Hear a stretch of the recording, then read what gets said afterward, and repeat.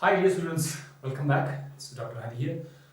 आज का टॉपिक हमारा है transport of carbon dioxide. Carbon dioxide किस तरह ट्रांसपोर्ट होता है, ये चैप्टर रेस्पिरेशन से है और आज हम इसको तफसीलन पढ़ते हैं। इंशाल्लाह सबको समझ आ जाएगा। कार्बन डाइऑक्साइड के ट्रांसपोर्ट में हमारे पास टाइप्स है, वो है तीन तरह के टाइप से, यानी तीन तरीकों से कार्बन डाइऑक्साइड गैस ट्रांसपोर्ट होता है हमारी बॉडी के अंदर, तीन तरीकों से, जिसमें से आज हमारी पूरी फोकस एक तरीके पर होगा एज बाइकार्बोनेट आयन, और हमारे कोर्स में भी इसी एक टॉपिक को एक ही टाइप को जो है ज्यादा फोकस किया गया है, तो हम इसको पढ़ेंगे। नंबर 2, आज के टॉपिक में हम दो टारगेट्स को स्टडी करेंगे। अपना टॉपिक को दो टारगेट्स के अंदर पढ़ेंगे ताकि आपको आसानी से समझ आ जाए। पहले तो मैं आपको बताता चलूं कि कार्बन डाइऑक्साइड के बारे में, हो सकता है कुछ स्टूडेंट को पता भी नहीं कि क्या हो रहा है ट्रांसपोर्ट ऑफ कार्बन डाइऑक्साइड। जब हमारे जिस्म के अंदर मेटाबॉलिज्म होती है, हमारे सेल्स के अंदर जब चीजों की तोड़फोड़ होती है, कार्बन डाइऑक्साइड टूटता है, उससे एनर्जी रिलीज होती है और एनर्जी हम और आप खर्च करते हैं देखने में, बोलने में, पढ़ने में, खेलने में।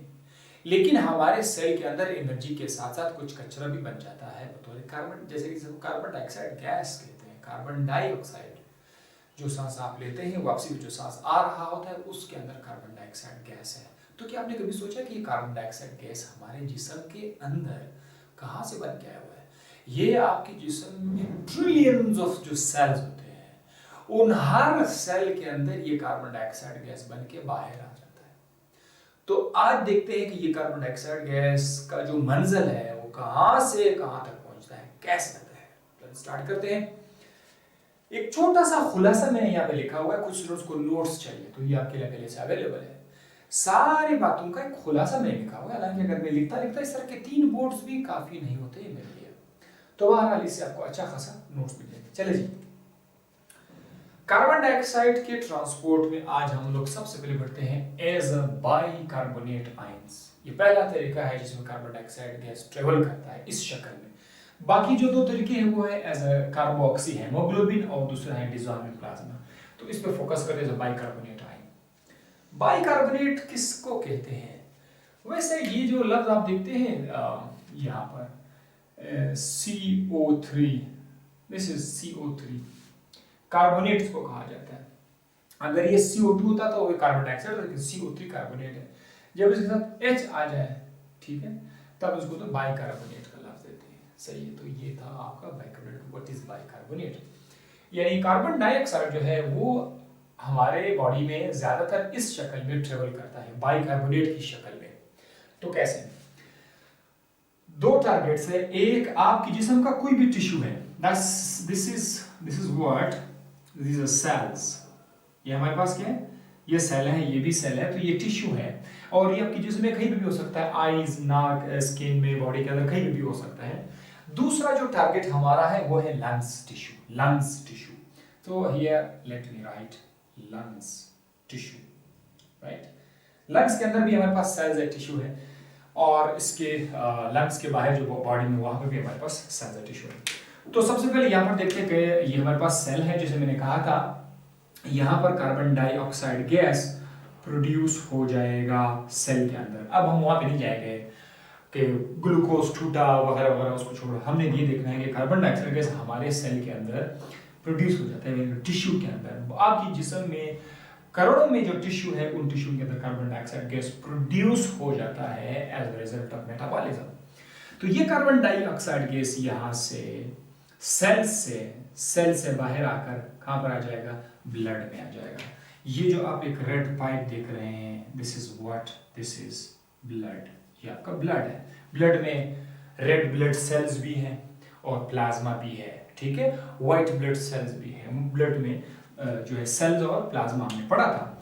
तो हम बाकी सेल्स को नहीं देखेंगे, हम यहाँ पर सिर्फ एक सेल को ज्यादा फोकस करेंगे, सिर्फ एक सेल को हम ज्यादा फोकस करेंगे। और वो कौन सा सेल है? वो है red blood cell, RBC, red blood cell. इसको हम लोग आज सिर्फ फोकस करिए, हमारे ब्लड के अंदर रेड ब्लड सेल है। तो ये जो कार्बन डाइऑक्साइड गैस हमारे रेड ब्लड सेल के अंदर आ जाता है। इसको मैं थोड़ा सा और बड़ा करके लिख लेता हूँ ताकि आपको चीज़ें समझ आ जाए। तो ये हमारे पास क्या है, ये हमारे पास रेड ब्लड सेल है। यहाँ पर क्या होगा कि जो कार्बन डाइऑक्साइड है ये कंबाइन हो जाएगा, किसके साथ कंबाइन हो जाएगा, H2O के साथ ये कंबाइन हो जाएगा। और इसके कॉम्बिनेशन से हमारे पास क्या बनेगा, H2CO3 बनेगा। H2CO3 ये वाला जो रिएक्शन आप देख रहे हैं, मैंने बाहर लिखा होगा, ये आपके आरबीसी के अंदर होगा। कार्बन डाइऑक्साइड प्लस H2O, ये मिल जाएगा से क्या बनेगा, H2CO3। ये जो H2CO3 इसको बोलते हैं कार्बोनिक एसिड। इसका नाम क्या है, इसका नाम है कार्बोनिक एसिड। और ये अनस्टेबल है। ये क्या है, ये अनस्टेबल है, यानी खुद ब खुद अब टूट जाएगा। अनस्टेबल है, टूट जाएगा। टूट जाएगा किस चीज में टूट जाएगा, एक तरफ इससे हाइड्रोजन आयन निकल जाएगा और दूसरी तरफ इससे बनेगा HCO3 minus. This is called bicarbonate. This is called what, this is called as bicarbonate. ये आपका बाइकार्बोनेट है। तो ये जो रिएक्शन है ये एक एंजाइम की मदद से होगा जिसका नाम है कार्बोनिक एनहाइड्रेज एंजाइम। और एक रिवर्सिबल रिएक्शन, या ये रिएक्शन इस तरह भी जा सकता है, वापस भी आ सकता है। लेकिन हमारे टिश्यू के अंदर ये वाला रिएक्शन होगा, ये वाला रिएक्शन नहीं है। ये वाला रिएक्शन हम लंग्स में जाके पढ़ेंगे, ठीक है। तो ये कार्बोनिक एनहाइड्रेज की मदद से कार्बोनिक एसिड बना और वो टूट गया H प्लस और HCO3 में। सो इसका मतलब ये है कि हमारे पास जो आरबीसी है, मैं दोबारा से आरबीसी लिख रहा हूँ, हमारे पास जो आरबीसी है इसमें जो आपका कार्बोनिक एसिड है ये किस में टूट जाएगा, कार्बोनिक एसिड एक ही आरबीसी के अंदर में बता, जस्ट जगह कम है तो दोबारा से मैंने एक और आरबीसी मुझे लिखना पड़ा। तो इसे क्या बनेगा, हमारे पास एक तरफ HCO3 माइनस आयन आएगा, माइनस आयन बाइकार्बोनेट आयन, और यहाँ पर क्या आएगा, H प्लस आएगा, ठीक है।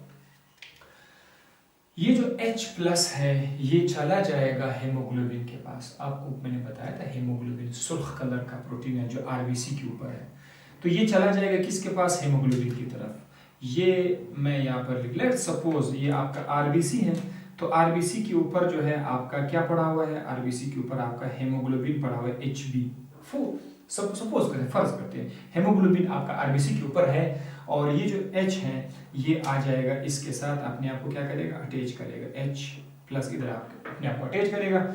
ये हेमोग्लोबिन ने इस वक्त ऑक्सीजन भी उठाया होगा, जो कि अभी जरूरत नहीं थी बोलने की ऑक्सीजन का तो आज जिक्र भी नहीं करना चाहिए, लेकिन फिर भी बहरहाल आ ही गया। हेमोग्लोबिन ऑक्सीजन को अपने साथ अटैच किया हुआ। तो ये था आपका हेमोग्लोबिन जिसके साथ आपका हाइड्रोजन आयन अटैच हो गया, ठीक है। सो इन दिस सिचुएशन अब हम एक और आरबीसी भी लिखेंगे। उसके बाद क्या होगा, थोड़ा सा आपको और से देखना पड़ेगा।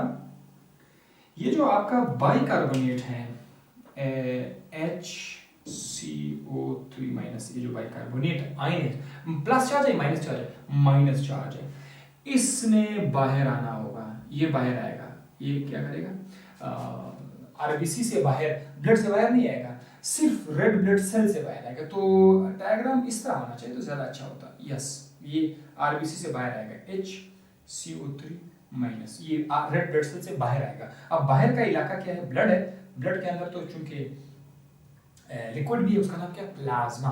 तो प्लाज्मा के अंदर आपका HCO3 माइनस आयन आएगा। अब कह रहा है कि इस तरह नेगेटिव चार्ज जब सेल के बाहर आएगा तो ये चार्ज इम्बैलेंस लाएगा। नेगेटिव चार्ज का जो अंदर थे उसका बैलेंस खराब हो जाएगा। जैसे नेगेटिव चार्जेस बाहर आ रहे तो कुछ और नेगेटिव चार्ज को हम अंदर लाएंगे ताकि वो बैलेंस खराब ना हो जाए, ठीक है। इसको बोलते हैं क्लोराइड शिफ्ट, इसको बोलते हैं क्लोराइड शिफ्ट, क्लोराइड शिफ्ट। तो यहां से इस कार्बोनेट के बदले में बाहर आया हमारे पास क्या, क्लोराइड Cl माइनस है, क्लोराइड आयन। ये क्लोराइड आयन मैं आपके आसानी के लिए बाहर लिख रहा हूं, ये क्लोराइड आयन प्लाज्मा से आरबीसी के अंदर आएगा। तो एक किस्म का एक्सचेंज हुआ, क्लोराइड आयन अंदर आया, उसके बदले में कार्बोनेट आयन बाहर चला गया। अब ये जो बाइकार्बोनेट आयन है ये कार्बन डाइऑक्साइड को लेके जा रहा है, ठीक है। कार्बन डाइऑक्साइड को लेके जा रहा है, ये ट्रेवल करेगा। खून कहाँ जाएगा, खून ने आखिरकार कहाँ पे आना है, लंग्स में आना है, ठीक है। तो ये ब्लड जो है ये आपके लंग्स के अंदर, ये पूरा लंग का डायग्राम आप बोलोगे छोटा सा लंग है दूसरा बड़ा है, जस्ट आसानी से समझाने के लिए बड़ा सा लिखना पड़ा मुझे। तो ये जो है आपका ब्लड जो है वो आ चुका है, कहाँ पर आ चुका है, लंग्स के अंदर आ चुका है। अब लंग्स के अंदर भी क्या है, लंग्स के अंदर भी हमारे पास रेड ब्लड सेल मौजूद है। अब ये जो कार्बोनेट आयन आप देख रहे हैं, ये जो HCO3 माइनस आयन है, ये एक बार फिर रेड ब्लड सेल RBC के अंदर इंटर हो जाएगा, HCO3 माइनस आयन। यहां पर HCO3 माइनस आयन क्योंकि RBC के अंदर आ गया है, RBC के पास हेमोग्लोबिन भी है और हेमोग्लोबिन के साथ जो है हाइड्रोजन आयन अटैच था। आपको याद है यहाँ पर ये हाइड्रोजन आयन बोलेगा यार बस मेरा टाइम पूरा हो गया, मैं दोबारा से आपके साथ मिलूंगा। ये जो हाइड्रोजन आयन पहले जब हेमोग्लोबिन के साथ अटैच था वो वापस HCO3 को मिल जाएगा। तो क्या होगा कि हमारे ब्लड के अंदर HCO3 और हाइड्रोजन आयन के मिलने से, HCO3 और हाइड्रोजन आयन के मिलने से ये दोनों मिल जाएंगे, इससे वापस क्या बनेगा, H पहले से है, एक H आ गया, H2CO3। H2CO3 कार्बोनिक एसिड है, दोबारा से कार्बोनिक एसिड बना। याद है कि एक बार कार्बोनिक एसिड इधर भी बना था, अब कार्बोनिक एसिड दोबारा से इधर भी बना। पहले वो इधर आम बॉडी टिश्यू में आया था, अब ये लंग के टिश्यू में बना, लेकिन अब ये दोबारा टूटेगा। जैसे यहाँ पर वो टूटा था, यहाँ पर भी टूटेगा, लेकिन यहाँ पर इसके टूटने का स्टाइल अलग है, वहाँ पर टूटने का स्टाइल अलग था। यहाँ पर इसका टूटने का स्टाइल कुछ इस तरह से होगा कि अब जो है अब इसमें ये वाला रिएक्शन होगा, ये वाला नीचे जो रिएक्शन आप देख रहे हैं लंग्स के अंदर, लंग्स के अंदर आपका हाइड्रोजन HCO3 के साथ मिलकर क्या बनेगा, बाइकार्बोनिक एसिड बनेगा। इस बार ये टूट के कार्बन, जिस तरह वो टूट के बाइकार्बोनेट हाइड्रोजन में था, लेकिन इस बार ये कार्बन डाइऑक्साइड और H2O में ब्रेकअप होगा। एक किस्म का रिवर्सल हमें नजर आया।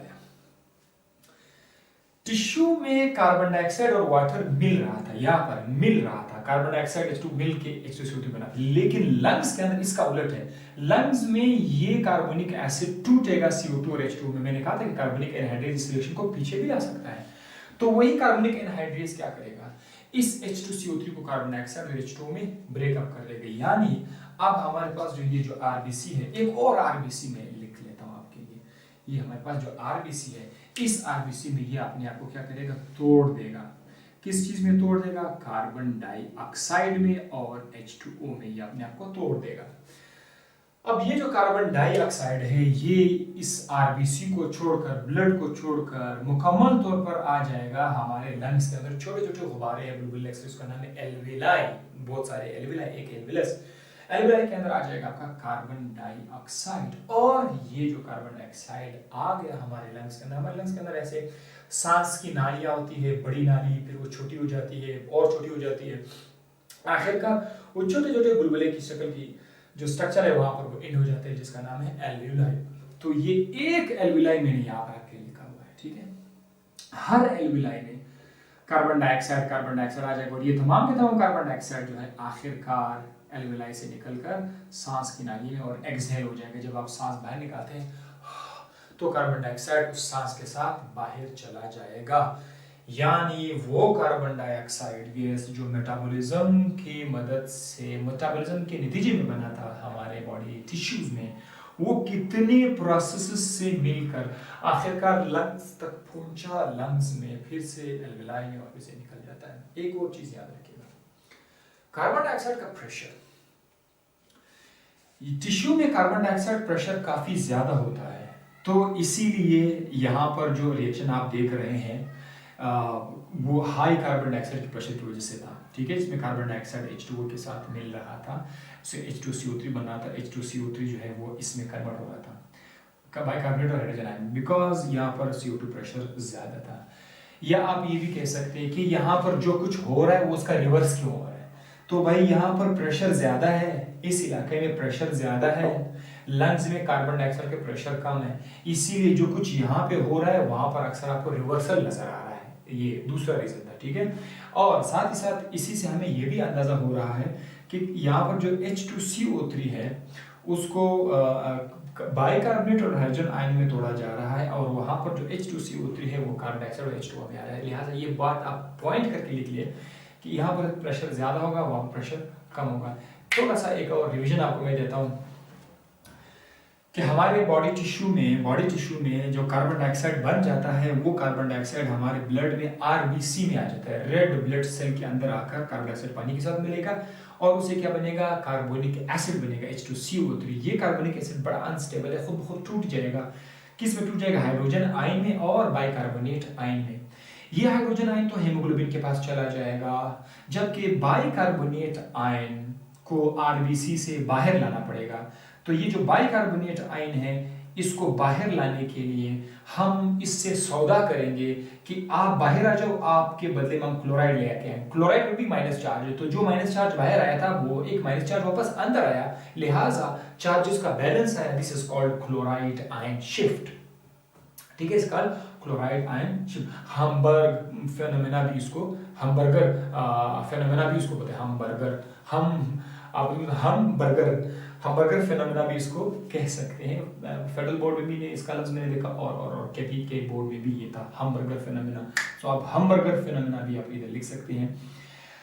अच्छा, जो बाइकार्बोनेट आयन बाहर है प्लाज्मा में, ये बाइकार्बोनेट प्लाज्मा में सफर करते करते करते करते जब लंग्स के अंदर पहुंचे, तो लंग्स में बाइकार्बोनेट आयन एक बार फिर आरबीसी के अंदर एंटर हो जाता है। आरबीसी में इस बार बाइकार्बोनेट आयन हाइड्रोजन के साथ मिल जाते हैं, क्योंकि यहाँ का जो माहौल है वो इस माहौल से डिफरेंट है, इसीलिए यहाँ पर बाइकार्बोनेट हाइड्रोजन को अपने साथ अटैच किया, बिकॉज इन्वायरमेंट इज डिफरेंट। आप बोलोगे यार इधर ये H इसके साथ क्यों नहीं मिला था, H इधर मिल रहा है, इधर क्यों नहीं मिल रहा था, तो भाई यहाँ का इन्वायरमेंट कुछ और है, बाकी इन्वायरमेंट कुछ और है। तो डिफरेंट इन्वायरमेंट की वजह से अब हाइड्रोजन आयन है HCO3 के साथ मिल जाएगा, कार्बनिक एसिड दोबारा बनेगा। ये कार्बनिक एसिड अपने आप को क्या करेगा, तोड़ देगा पानी में और H2O में। ये इसीलिए मैंने आपके साथ दो रिएक्शन लिखे हुए। ये वाला जो रिएक्शन ऊपर आप देख रहे हैं ये आम टिश्यू में होगा, नीचे वाला जो रिएक्शन है ये आपके लंग्स के अंदर होगा। जो कार्बन डाइऑक्साइड बना यहाँ पर, चूंकि कार्बन डाइऑक्साइड का बनिस्बत एल्विलाई की प्रेशर जो है वो बाहर ज्यादा है, प्रेशर कम है, तो कार्बन डाइऑक्साइड यहाँ से जंप करके वो जो बैरियर इसको क्रॉस करके एल्वियस में आएगा। तो लंग्स में तो बहुत सारे एल्विलाई है, लेकिन मैंने जस्ट एक लिखा हुआ है। ये सेल नहीं, जस्ट एल्विलाई हवा की एक छोटा सा गुब्बारे का स्ट्रक्चर है। इधर कार्बन डाइऑक्साइड आकर इधर से एक्सहेल हो जाए, क्योंकि ये आपका ट्रेकिया है, ट्रेकिया जो है उनके जरिए से बाहर जो कार्बन डाइऑक्साइड गैस निकल जाएगा। आई होप कि ये पूरा का पूरा लेक्चर आपको समझ आया। मैं मुकम्मल तौर पर बोर्ड से हट के आपको नजर आ रहा हूँ, और आप लोग स्क्रीनशॉट भी ले सकते हैं और पढ़ भी सकते हैं।